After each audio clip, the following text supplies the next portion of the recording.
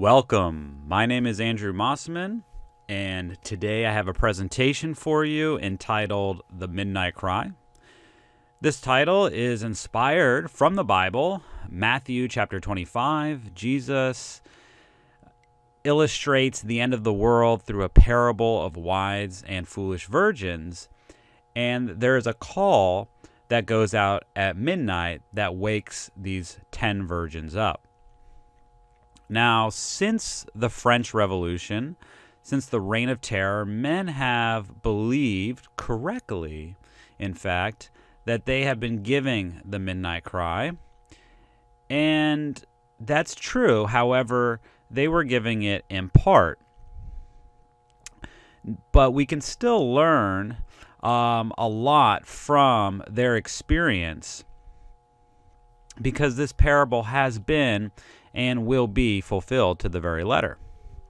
This presentation is going to delve heavily into chronology and prophetic time. So, who were these men that lived during the 19th century that raised this cry, the midnight cry? Well, on the screen we can see that there were 700 of the Church of England. There was a man named Bickersteth, Burks, Brox. I won't go down the whole list, but I'll point out a notable name, Edward Irving. Perhaps some have heard of him, and you'll notice that there were other people in Europe as well, Germany, Bavaria, Holland. And these men on the screen were some of the most able theologians and preachers of their day. One person in particular whose preaching went just about everywhere was Joseph Wolff. Look on the left-hand side of the column. You'll see everybody from Jews, Mohammedans, Hindus, Sheiks, Assyrians. He preached to just about everybody. And if you look on the right-hand column, you'll see all the places that he went to: Palestine, Egypt, the shores of the Red Sea, Mesopotamia, Crimea, Persia, Georgia, throughout the Ottoman Empire, Greece, Arabia, Turkey, Bukhara, Afghanistan, Kashmir, Hindustan, Tibet, Holland, Scotland, Ireland, Constantinople, which was then called Istanbul, Jerusalem, St. Helena, also on the shipboard in the Mediterranean, and in New York City, to all denominations. And this was just one man who had a tremendous amount of success in his preaching. But there were others who were leading out, and there was revivals everywhere. So this is the only message that I am aware of that has had that's gone worldwide to every missionary station in the world, except perhaps the apostolic movement, which was also a worldwide movement. So this is something that all Christians should know about. There's this idea that I brought forth at the very beginning of this presentation that we can learn a lot from these men. In fact, these men, this movement was prophesied of in the Bible. And after these men met a sore disappointment, there was an injunction made to them that thou must prophesy again before many peoples and nations and tongues and kings. So we're going to look and see how this prophecy was fulfilled, what it means for us, and by the end of these series of videos, you will understand Revelation chapter 10 very well. Now, Daniel and Revelation are, in essence, one book. One is a prophecy, the other a revelation. One a book sealed, the other a book opened. And to better understand Revelation, we must first go to Daniel and understand his visions. All the visions in Daniel are one. They all are speaking of the same subjects. And what these visions really represent is a scattering time, a time when foreign nations, Gentile nations, would dominate the people of God. God's people had sinned. Moses had prophesied that they may in fact do this, and if they would, there would be curses.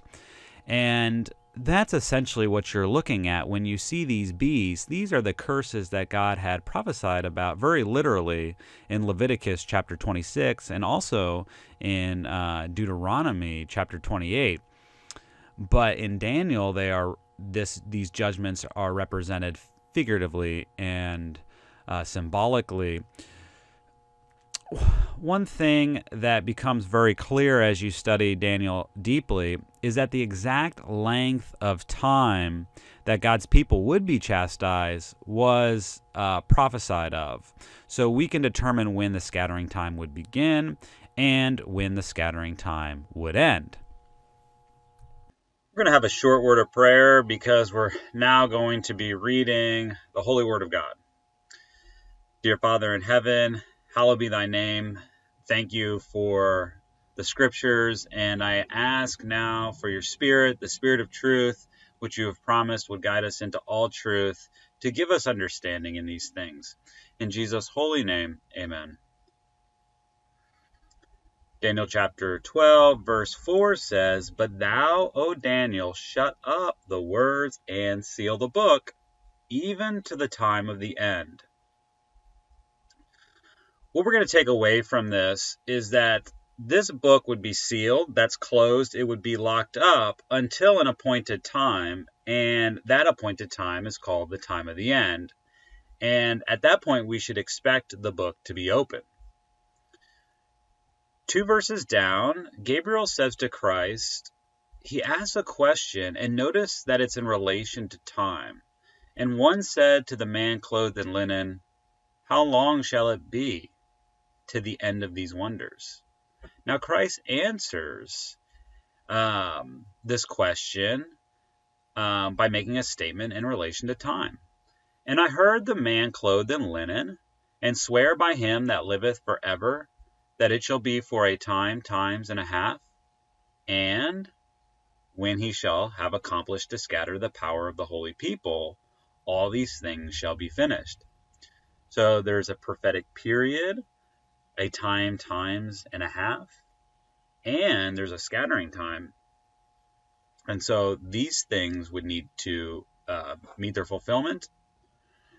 Revelation chapter 10, verse 2 is Revelation chapter 10 is the companion chapter to Daniel chapter 12 in many ways.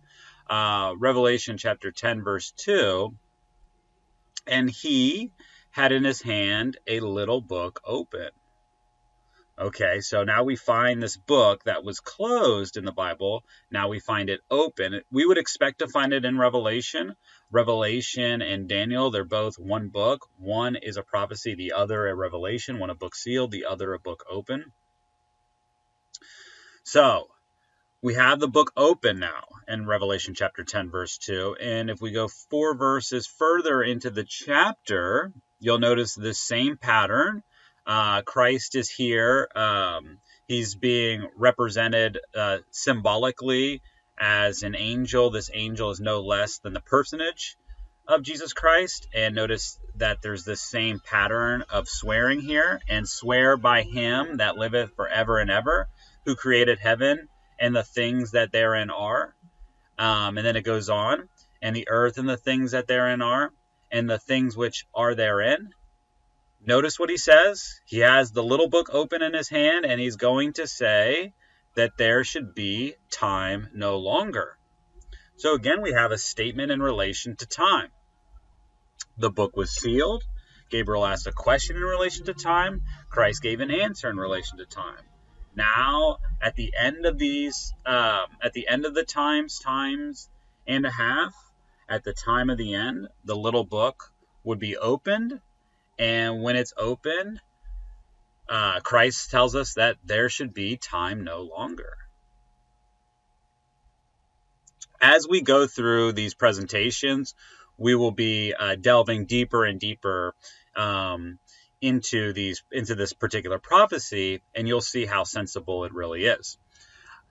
Notice that in the third column, we have the 8th chapter of Daniel, and Gabriel is also speaking to Christ here, and he's going to ask another question in relation to time. We see the same pattern just 4 chapters earlier in the book of Daniel.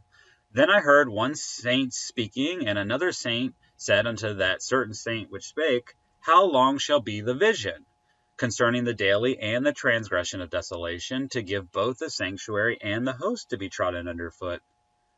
Now Christ answers this question by saying, Unto 2,300 days, then shall the sanctuary be cleansed. So there's a prophetic period given. So there's an answer given in relation to time, and we have another question in relation to time. When Gabriel says, How long shall be the vision? This essentially is the same question that he asks later on when he says, How long shall it be to the end of these wonders? Very, very similar. So the contents of this little book, which was sealed until the time of the end, is a message in relation to time. So we learned already that there is a scattering time, there is a 2,300 day time period, there is another prophetic period called the times, and a dividing of times, and there's also this very mysterious appointed time called the time of the end, and it's at that appointed time that the little book would be unsealed.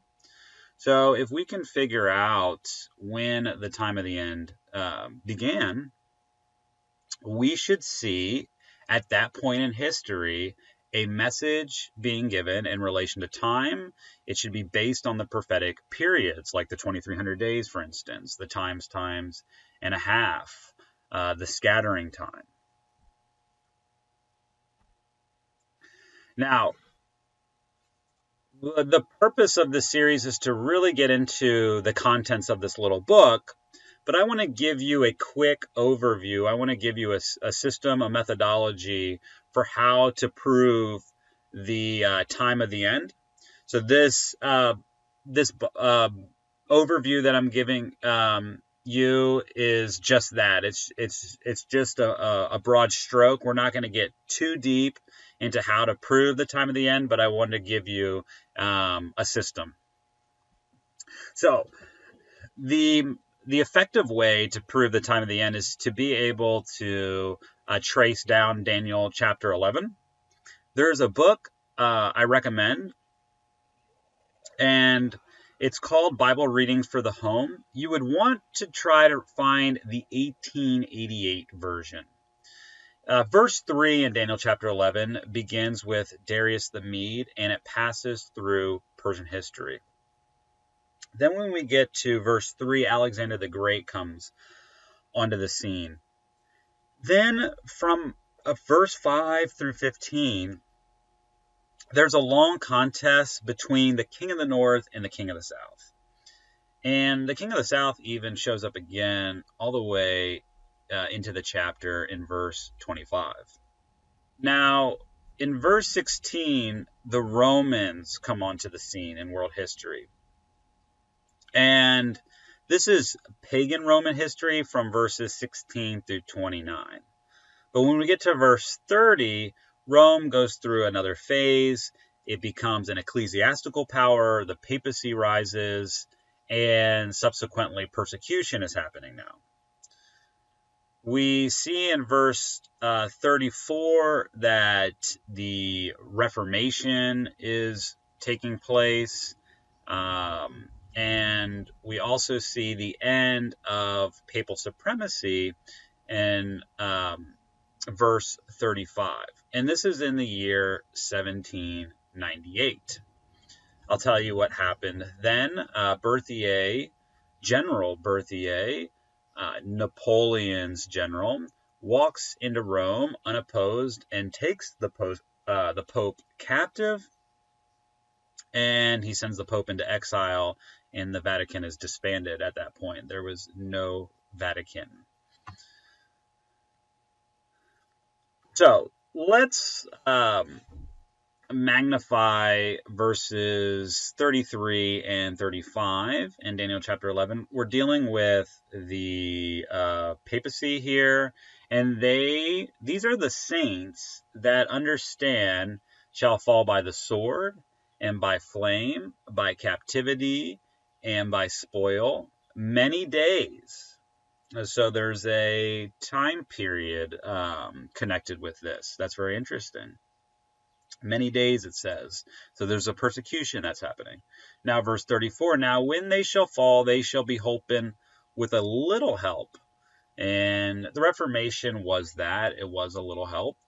Verse 35, and some of them of understanding shall fall to try them and to purge and to make them white, even to the time of the end, because it is yet for a time appointed. So that's very interesting. This persecution would go long as the papacy was in existence. And we know that it would end at an appointed time, and that would be the time of the end. So when we see the downfall of the papacy, we should now expect to see a message in relation to time being given. Daniel chapter 7, verse 25 says, and he, this is speaking of the papacy, shall speak great words against the Most High. And notice this, and shall wear out the saints of the Most High. Well, that's exactly what's happening in the history given to us in Daniel chapter 11 concerning the papacy. And they shall be given into his hand, notice this, until a time and a times and a dividing of time. So the saints would be persecuted for 3.5 prophetic years. A time is 1, times is 2, and a half of a time, which is the dividing of time, is a half. And so that's 3.5. And the papacy did exist, did persecute God's people for exactly 3.5 prophetic years, which is 1,260 chronological years.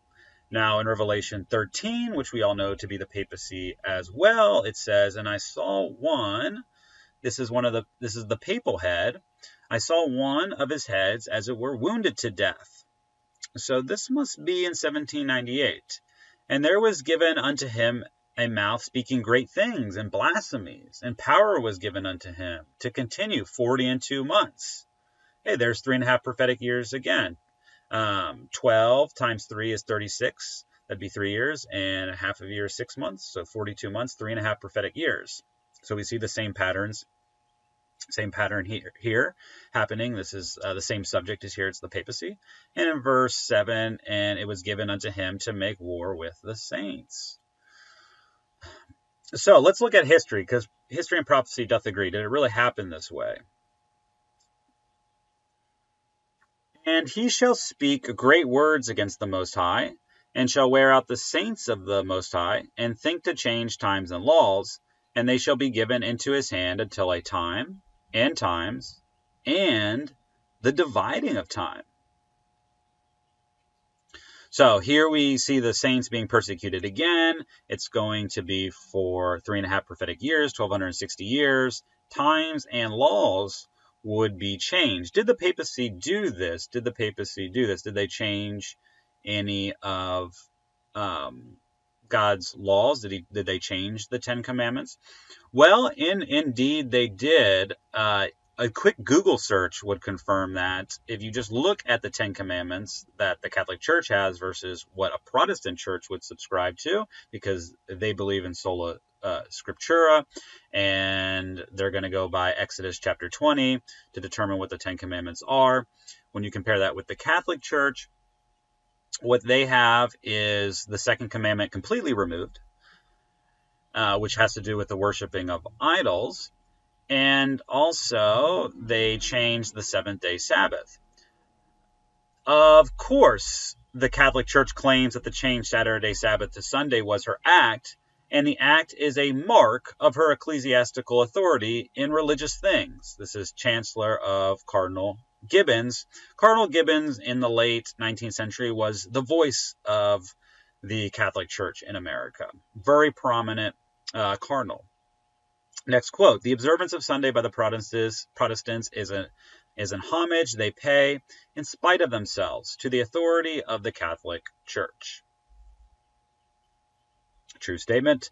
Reason and sense demand the acceptance of one or the other of these alternatives, either Protestantism and the keeping holy of Saturday, or Catholicism and the keeping holy of Sunday. Compromise is impossible. That was Cardinal Gibbons again. And in the Catholic Record from London, Ontario, dated September 1, 1923, it says, "Sunday is our mark of authority. The church is above the Bible, and this transference of Sabbath observance is proof of that fact." Do you see why now that this power would speak great words, it would speak blasphemies, it thinks that it can even change God's most holy law, the government of heaven itself? Now, when the papacy was on the rise, when it was coming into existence, Justinian, the Byzantine emperor, was the emperor of the Eastern Roman Empire at that time. Notice what he says. This is the secular power. This is the civil power. "Since it has always been our great aim to safeguard the unity of your apostolic see," he's speaking to the bishops in Rome, "which now prevails and abides securely without any disturbing trouble. Therefore, we have been sedulous to subject and unite all the priests of the Orient throughout its whole extent to the see of your holiness." This is known as Justinian's decree. It went out in the year 533 AD. And you notice that he's going to use the force of the state to subject people to the bishops of Rome, to the papacy. Now, in the year 538, just 5 years after this decree was written, there was a Council of Orleans, and the Third Council of National Stature, or the Third Council of Orleans, this is Orleans, France, was a synod of Roman Catholic bishops of France, opened around May 7, 538, and presided over by Lou, Archbishop of Lyon. It establishes mainly Sunday as Day of the Lord, forbids field work on Sunday. So we see a national Sunday law at this time, and this is the mark of Roman Catholic authority. They're going to change God's law, because up to this point in history, Christians maintained the biblical Sabbath. This is part of God's eternal moral law. This was not something that was nailed to the cross. This is not ceremonial law. This was something that was enacted even before sin came into existence. This is something that all the apostles kept, and back then it would have just been such an absurdity, such a ridiculous idea to even posture to keep Sunday. It would just been so foreign to them. Now, to give you a concept of what it would be like to change God's law, to change his 10 commandments, we're going to look at an example in secular governments and civil governments, something that we're closer to. I think this will be a great object lesson, a great example for what it would really be like for us to think that we could change God's law, the law of his government. In 1698, as now, Ireland was a possession of Britain. The English colonists in Ireland were the ruling power there and had a parliament, Lord and Commons, of their own, a sort of home rule. Quote, "The Irish Lords and Commons had presumed not only to reenact an English act expressly for the purpose of binding them, but to reenact it with alterations. The alterations were indeed small, but the alteration even of a letter was tantamount to a declaration of independence. Yet the colony in Ireland was emphatically a dependency. a dependency not merely by the common law of the realm, but by the nature of things. It was absurd to claim independence for a community which could not cease to be dependent without ceasing to exist. So case in point, for the papacy, they are a dependency. We all are dependent on God for our very heartbeat. And to think that we could try to change his law, that law in heaven, is absolutely ridiculous. So we can't even go there. We're trapped down here on the earth. Okay, so what you see on the screen now is 1798, the deadly wound. General Berthier. He's going to take the Pope captive. Let's read the history that fulfills this. Berthier called upon the commander of St. Angelo to open the fort. He asked 2 days for decision, but Berthier gave only 4 hours. So the fort was evacuated.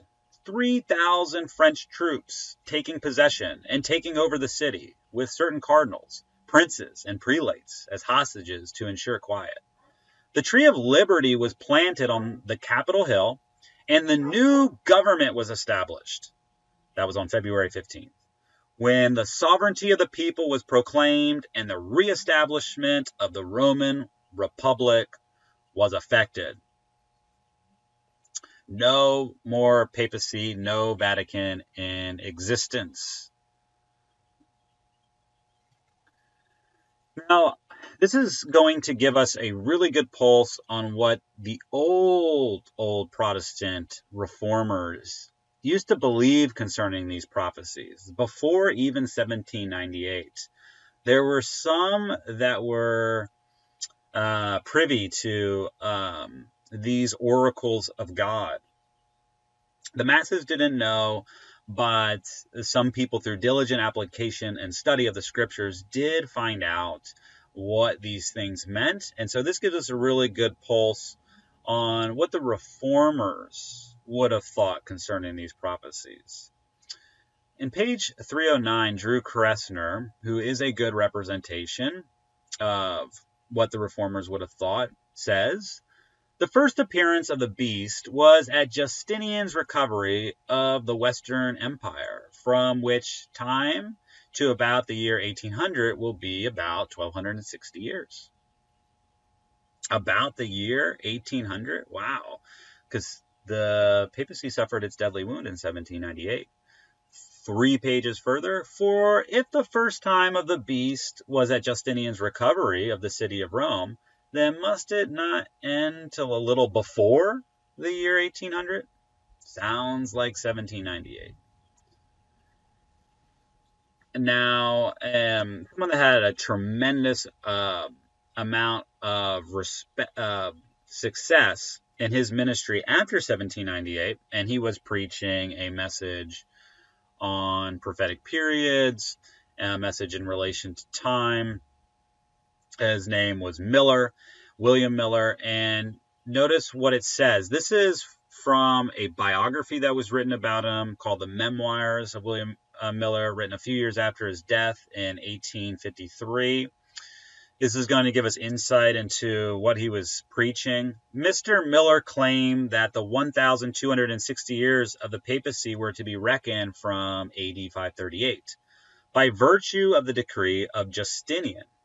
This decree, though issued in 533, did not go into full effect until 538, when the enemies of the Catholics in Rome were subjugated by Belisarius, a general of Justinian. In this view, as to the rise of the papacy, he was sustained by Crawley, J.T. Knoll, Cunningham, Keith, and others too. And for those who don't know and may not be able to appreciate this quote in full, Keith, Cunningham, Crawley, and Knoll, these are the great commentators on Scripture, and they are in harmony with Mr. Miller. They are also in harmony with Drew Kressner. So we see a consistency here in the application of this prophecy among those that are really well studied. And 538 plus 1260 years takes us to 1798. And 538 is a perfect year to begin this prophecy because the enemies of Rome needed to be subjugated first in order for the decree to go into effect. And also, there was a Sunday law that was decreed in that very year, and that is the sign and authority of the papacy. So their mark would need to be there in order for this period to exist. Now, just sort of, there were a couple brazen men who did try to refute Miller, but I just want to show you what their arguments were like and show you that the spirit of the opposition is always characterized by absurdity and ignorance.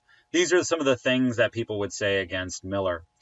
Of the 1260, 1290, and 1335 days, Mr. Dowling said, "If I am asked the question, as you reject the interpretation Mr. Miller gives of these prophetic times, can you furnish a better?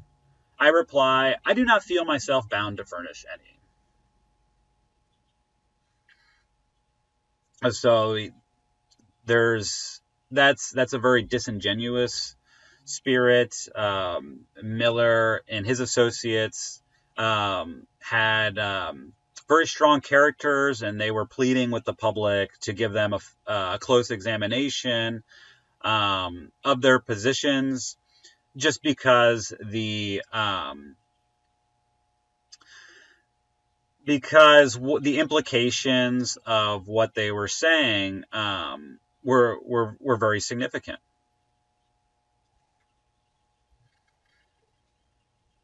Okay, now we've traced Daniel chapter 11 down to verse 35, but let's go a little bit further in the prophecy, because it's Daniel chapter 11 that's going to prove to us when the time of the end was. Now, we looked at verse 35 where papal supremacy ends, and it tells us that the time of the end is a time appointed, and we've determined that that's 1798.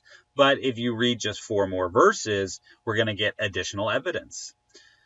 So in verse 36, the phrase "the king" naturally indicates a power besides Rome. The power is atheistic as it regards no God. The papacy does worship a false god. They do worship a trinity. And that's verse 37. So even though these verses almost fit for the papacy, if one word lacks fulfillment in history, we need to throw out our interpretation and find something that works better. Also, this power does not desire women. This would signify the outlawing of marriage. Communion was outlawed. Bibles were burned as well. Churches were shut down. They also shall divide the land for gain, and history testifies that immense estates owned by a few landlords were divided into small parcels by the prevailing anarchy, and that's verse 39. Now, when you get to verse 40, there's a triangular war that's happening, and at the time of the end, the king of the south will push at him, France. And we know that him, that pronoun there, is speaking of France. It's still speaking of Napoleon, because when you go into verse 36 and you just follow the pronouns down, follow all the pronoun references from 36 to 37, 38, 39, he's going to divide the land for gain, and then at the time of the end, the king of the south, which is Egypt, is going to push at him. And the king of the north, which would be the Turkish Empire, because they occupied the northern part of Alexander's kingdom at that time, which is the only criterion we can use to determine who the king of the north and the king of the south are, he's going to come against France like a whirlwind. And this indeed was the case. Napoleon prospered. Up till this time, he was on a roll. He decides that he wants to, his objective is to take over the world, And he realizes that he's going to need Constantinople to do this, because whoever rules Constantinople rules the world. It's such a geographically important location. And before he goes to Constantinople in his campaign, he goes to Egypt. This is why we have things like the Rosetta Stone. He brought many artifacts back. Egyptology, that science can be credited back to this campaign. And he's there. There's this feeble resistance. The king of the south does push at him in comparison to what the king of the north does, the Turkish Empire, when they came against him, and they drove Napoleon back through the Promised Land, all the way back into Egypt, and pushed him back into Europe. And you won't ever forget this war in history, because the Turkish Empire declared war on Napoleon at the time of the end in the year 1798 on 9/11. So here, let's recap everything. There is a feeble resistance that's mounted by the Egyptians against Napoleon in 1798. On 9/11, the Ottoman Empire declares war against Napoleon. The papacy was disbanded in the year 1798. It did not engage any army that year. And the only criterion given in the book of Daniel, which I mentioned before, for the king of the north and king of the south, are the territories marked out by the division of Alexander's kingdoms. And I have the references for you so that you can prove that point. Now, there's also some other really notable events in 1798 happening in the New World. The United States becomes a superpower at this time. You must have a Navy to be a superpower. The U.S. decrees the U.S. Navy. Also, the Marine Corps is formed. And if you read Revelation chapter 13, once the first beast, which is the papacy, suffers its wound, there would be an image to a beast made, and this image, this second beast, would come up in a land that's unpopulated. It comes up out of the earth, whereas the papacy comes up out of the sea, which in Revelation chapter 17, verse 15 tells us are nations, peoples, tongues. So one is coming up out of a densely populated area among many other diverse groups of people. The other is not. It has to be coming up in the New World. And the only superpower that's coming up in the New World at this time in 1798 is America. Now, there's many, many other points to make that case much weightier. So this is the system that I would use to prove that the time of the end happened in 1798. Again, tracing down Daniel chapter 11, using Daniel 11 chapter 40 with the triangular war between Napoleon, Egypt, and the Turkish Empire, and also showing how after the beast of Revelation chapter 13, which is the papacy at the time of the end in 1798, suffers its deadly wound, that another superpower is on the rise. Now, we needed to go through all of that because we needed to show when in history the time of the end began.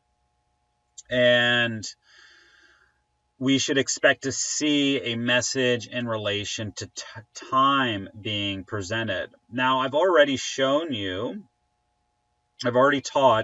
that there was many people all around the world giving a message in relation to time around this period. It was the second slide of the presentation. Remember, there was 700 that came out of the Church of England to give this cry. So the most talented and able men in the church in this area were given this cry, and it was based on, the reason they were doing it was because it was based on sound biblical interpretation. This is how these men studied the Bible. Quote, "The language of symbols is not of arbitrary or uncertain signification, but is interpretable upon fixed principles. To ascertain and define which is the first duty of the commentator, as the judicious application of that language to the events of history is the second." Those that don't study by this methodology, this would be a good scripture to keep in mind. Knowing this first, that no prophecy of the scripture is of any private interpretation. History and prophecy doth agree. So what we're going to do now is we're going to look at the character of Mr. Miller. We're going to look at the ministry of Mr. Miller before we start to examine this message in relation to time that all these various men were giving in this era. Mr. Miller is a great stickler for literal interpretations, never admitting the figurative unless absolutely required to make correct sense or meet the event which is intended to be pointed out. He doubtless believes, most unwaveringly, all he teaches to others. His lectures are interspersed with powerful admonitions to the wicked, and he handles universalism with gloves of steel. This account of Mr. Miller is from the Reverend Mr. Springer of the Methodist Episcopal Church and editor of the, quote, Maine Wesleyan Journal, from which we copy it. Mr. Miller, on reading the account, exclaimed, quote, "I have found one honest editor," close quote. Mr. Springer, it will be observed, is not a partisan of Mr. Miller. So here's a non-biased account of what Mr. Miller was really like. Next quote. "In compliance with the wishes of Elder L.D. Fleming, pastor of the Christian Church in Portland, Maine, Mr. Miller visited and gave his first course of lectures in that city from the 11th to the 23rd of March. The result of these was thus stated by Elder Fleming in April following.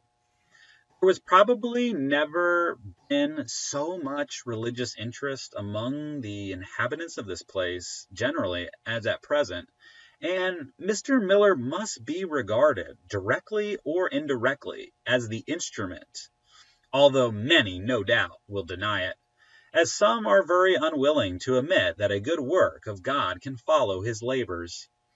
And yet we have the most indubitable evidence that this is the work of the Lord. It is worthy of note that in the present interest there has been comparatively nothing like mechanical effort. There has been nothing like passionate excitement. If there has been excitement, it has been out of doors, among such as did not attend Brother Miller's lectures.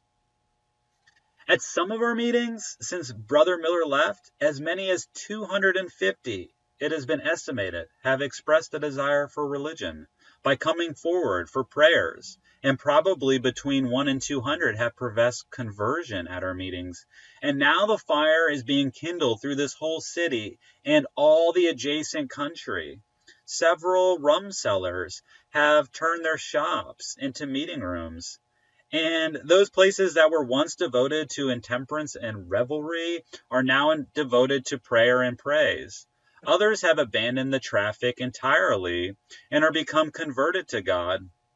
1 or 2 gambling establishments, I am informed, are entirely broken up.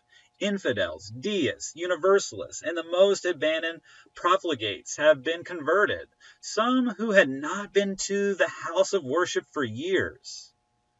Prayer meetings have been established in every part of the city by the different denominations or by individuals, and at almost every hour. Being down in the business part of our city, I was conducted into a room over one of the banks where I found about 30 or 40 men of different denominations engaged with one accord in prayer at about 11 o'clock in the daytime. In short, it would be almost impossible to give an adequate idea of the interest now felt in the city. There is nothing like extravagant excitement, but an almost universal solemnity on the minds of all the people. It's important to know that Mr. Miller labored incessantly His tour was nonstop. His speaking schedule was packed. He couldn't meet all his obligations. And he preached 8,000 times in his career. And this was the effect of his preaching more or less every single time.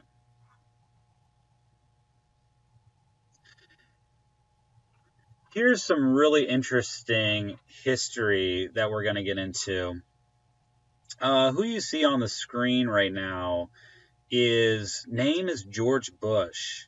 And what's fascinating about that is that he's actually a distant relative to the president, George Bush. Now, he was considered the greatest theologian in this time period. And Miller and him actually interacted with each other, at least on one account. Here's a letter from him to Mr. Miller. Notice what he says about his doctrine. I believe you are sustained by the soundest exegesis, as well as fortified by the high names of Meade, Sir Isaac Newton, Bishop Newton, Kirby, Scott, Keith, and a host of others who have long since come to substantially your conclusions on this head. They all agree that the leading periods mentioned by Daniel and John do actually expire about this age of the world. And it would be a strange logic that would convict you of heresy for holding in effect the same views which stand forth so prominent in the notices of these eminent divines. Your error, as I apprehend, lies in another direction than your chronology. Now, I'm going to read you a commentary on that letter written a few decades later. And Mr. Miller's interpretation of what would happen at the end of the 2300 days will become it'll be very reasonable in your mind if you make it through all these presentations. But Mr. Bush's interpretation of what would happen at the end of these prophetic periods is not excusable. Because Mr. Miller was right in a sense. The world is going to be burned by fire, as we learn from Peter's writings. So let's look at this quote. This is from James White. He's going to comment on George Bush's comment of Miller's doctrine. Mr. Miller held that the world would be regenerated by fire, and Mr. Bush by the gospel at the end of the 2300 days. The conversion of the world theory of Mr. Bush has had the terrible test of the last 32 years of apostasy, spiritual darkness, and crime. This period has been noted by departures from the faith of the gospel and apostasies from the Christian religion. Infidelity in various forms, especially in the name of spiritualism, has spread over the Christian world. Both these great men mistook the event to terminate the 2300 days. And why should Mr. Miller be condemned for his mistake and Mr. Bush be excused for his unscriptural conclusion?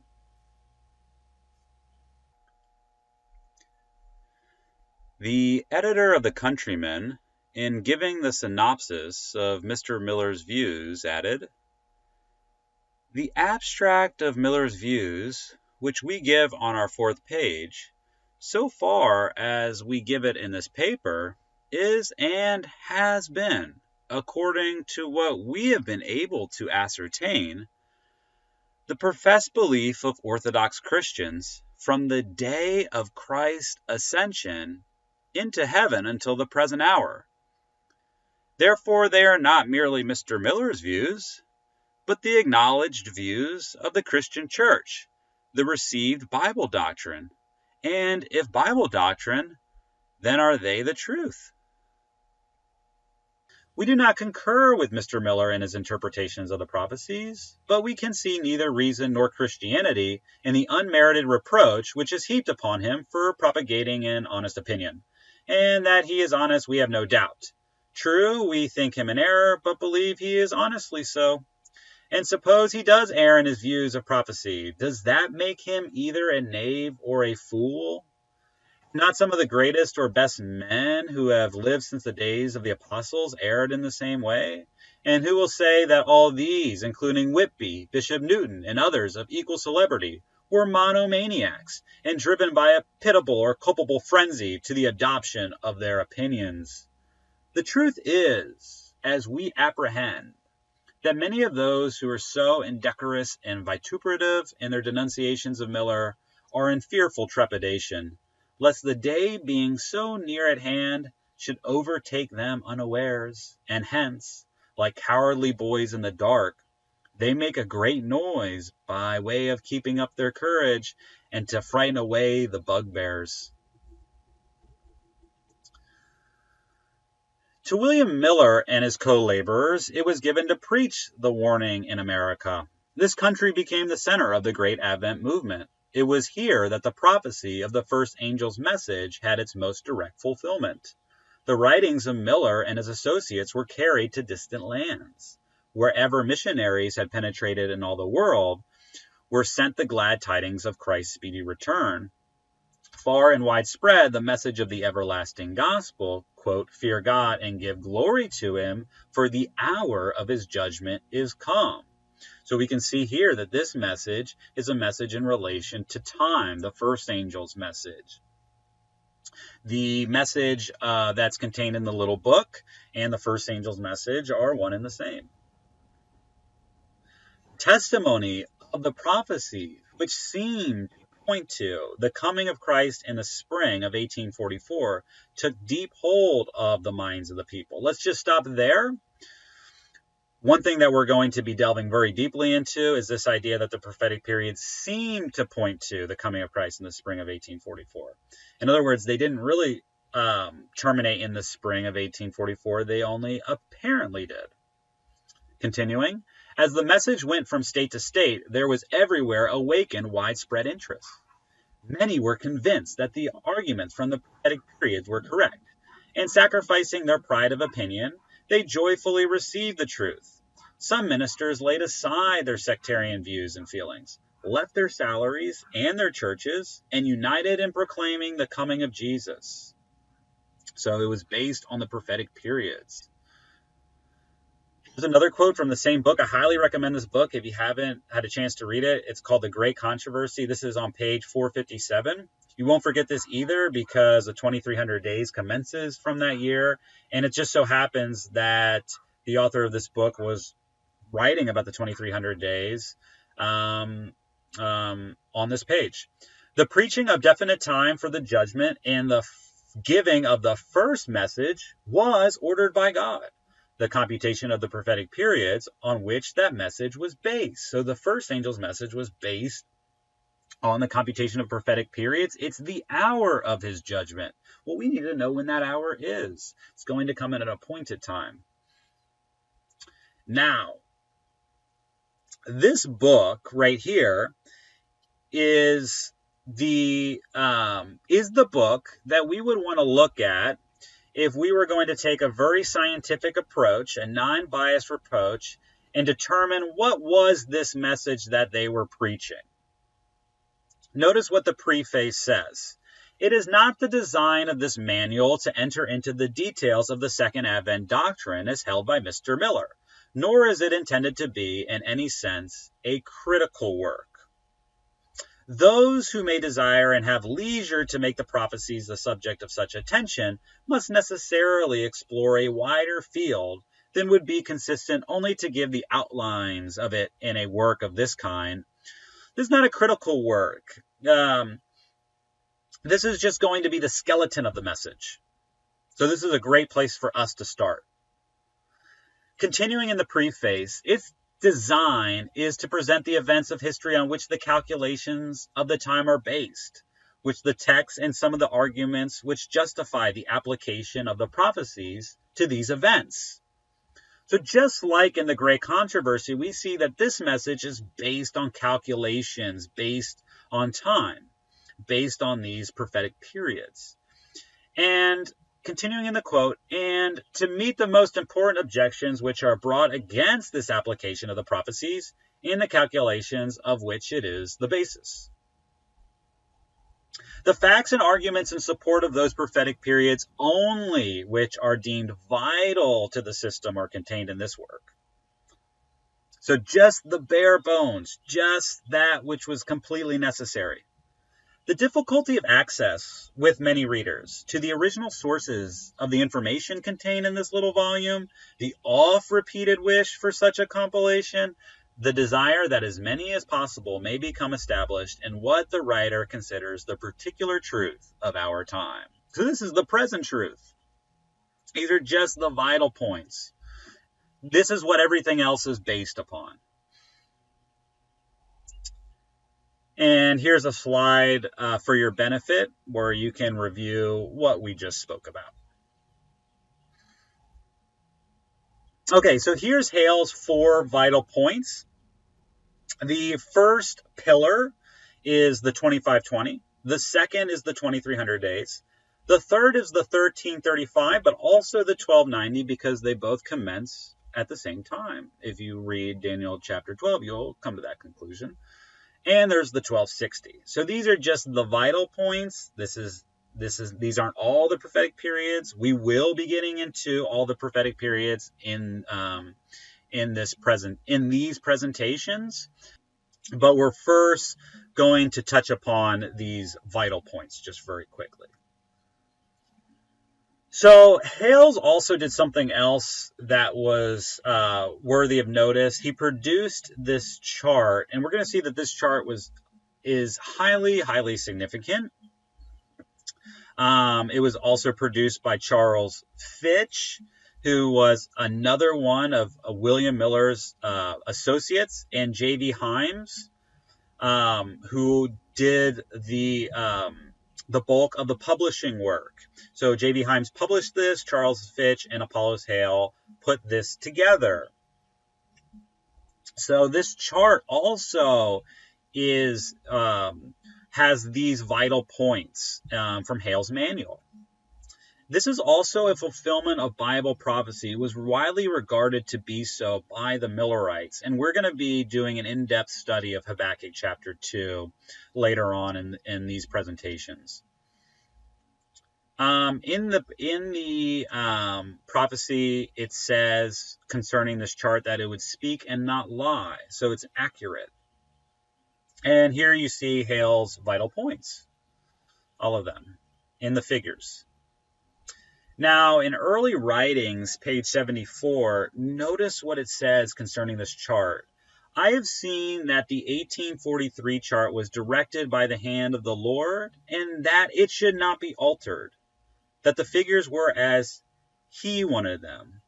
So that's interesting because on page 457 of the Great Controversy, it says that the first angel's message was ordered by God, and it was based on the prophetic periods. Hales writes a book about what those are, just the vital ones at least, makes a chart, puts those vital prophetic periods on there, and then we have an inspired quote that says that we aren't to alter these prophetic periods, that they were as how God wanted them, and the chart was directed by the Lord. Now, this next quote is very interesting. About 50 years later, after that previous quote, which we just read, was written, Spalding and McGann are doing an investigation. They're wanting to learn more about the first angel's message. So this quote is given to them. Let's read it. I saw that the truth must be made plain upon tables. That phrase is referencing Habakkuk chapter 2, that the earth and the fullness thereof is the Lord's, and that necessary means should not be spared to make it plain. That's quite a call to action, because this was a poor class of people, and they're being asked to give up their little bit of money to make another chart. Continuing on in the quote, I saw that the old chart was directed by the Lord, and that not a figure of it should be altered except by inspiration. So there's a caveat here. What you see on the screen is the 1850 chart, when this quote would have been written. And in the previous slide, you see the 1843 chart. The easiest way to distinguish between these two is that there's lots of numbers on the 1843 chart. Lots of dates, and there's figures. The prophetic periods are found on this chart. Now, in this first slide that we're looking at, the figures should not be altered. But in the second quote, it says they should not be altered except by inspiration. So there's a caveat here. So, in other words, only inspiration is going to dictate on what gets kept from the 1843 chart and the 1850 chart. And there's a good reason why. I saw that the figures of the chart were as God would have them, referring to the 1843 chart, and that his hand was over and hid a mistake singular in some of the figures plural, so that none should see it till his hand was removed. So this mistake would need to be carefully taken out of the 1843 chart. God did not intend for it to show up again on the 1850 chart. So putting these two charts side by side, we can see which doctrines, which prophetic periods made it over into the 1850 chart. This is what inspiration, a second time, it's a second witness dictating that which is true. So there is a mistake, singular, in the prophetic periods plural, and on the left-hand side, on the first chart in the prophetic periods, you see a square box, and it's the Jewish year of 1843. Remember in the Great Controversy, it said that the prophetic periods seem to point down to the spring of 1844? Well, that Jewish year of 1843 goes from March 21st, 1843, and terminates in March 21st, 1844. It's the Jewish year based on the vernal equinox. And so it was a mistake to use that rabbinical reckoning, and it caused a disappointment. It caused a tarrying time. And so that mistake would need to be removed, but that which is true, that which is inspired, would make it into the 1850 chart. We see that the explanation of time, the first angel's message was the message in relation to time. So we see that explanation found down in the bottom right-hand corner. We've looked at two quotes regarding the chart from the year 1850, and now we have a third quote from the same year regarding the chart. No one will deny the fact that it was the proclamation of the time, 1843, as it was written on the chart, that aroused the Advent people to look for the Lord. If that alarm had not been given, none would have been awoken to see the true light, and those who rejoice in the blessed hope would now doubtless be covered up in the mists and darkness of the nominal church. We cannot therefore see the least consistency in the position of those who call themselves Adventists and at the same time call the very means that has brought them to the scriptural faith and hope a mistake, fanaticism, mesmerism, and, as some have said, of the devil. So based on all the quotes that we've looked at so far, we know what the vital points of the faith are, and we find all of those prophetic periods on the chart. We know the chart would speak and not lie. We also know that inspiration would dictate what from the 1843 chart would make its way over to the 1850 chart, and we see the prophetic periods, all of them, make it onto the other chart. And we also see that it was these prophetic periods that aroused the Advent people to look for the Lord. It was the united testimony of Second Advent lectures and papers when standing on, quote, the original faith, that the publication of the chart was a fulfillment of Habakkuk chapter 2, verses 2 and 3. If the chart was a subject of prophecy, and those who deny it leave the original faith, then it follows that BC 457 was the year from which to date the 2300 days, it was necessary that 1843 should be the first published time in order that, quote, the vision, close quote, should tarry, or that there should be a tarrying time, in which the virgin band was to slumber and sleep on the great subject of time just before they were to be aroused by the midnight cry. So we see what the doctrines are that make up the original faith. This is what gives license for somebody to use the name Adventist if they believe that. And by the end of these presentations, you'll understand just what this midnight cry is, just what this tarrying time is, what was the Jewish year of 1843, and all the prophetic periods that take us down to about that time. So I hope to see you in the next few lessons. God bless you.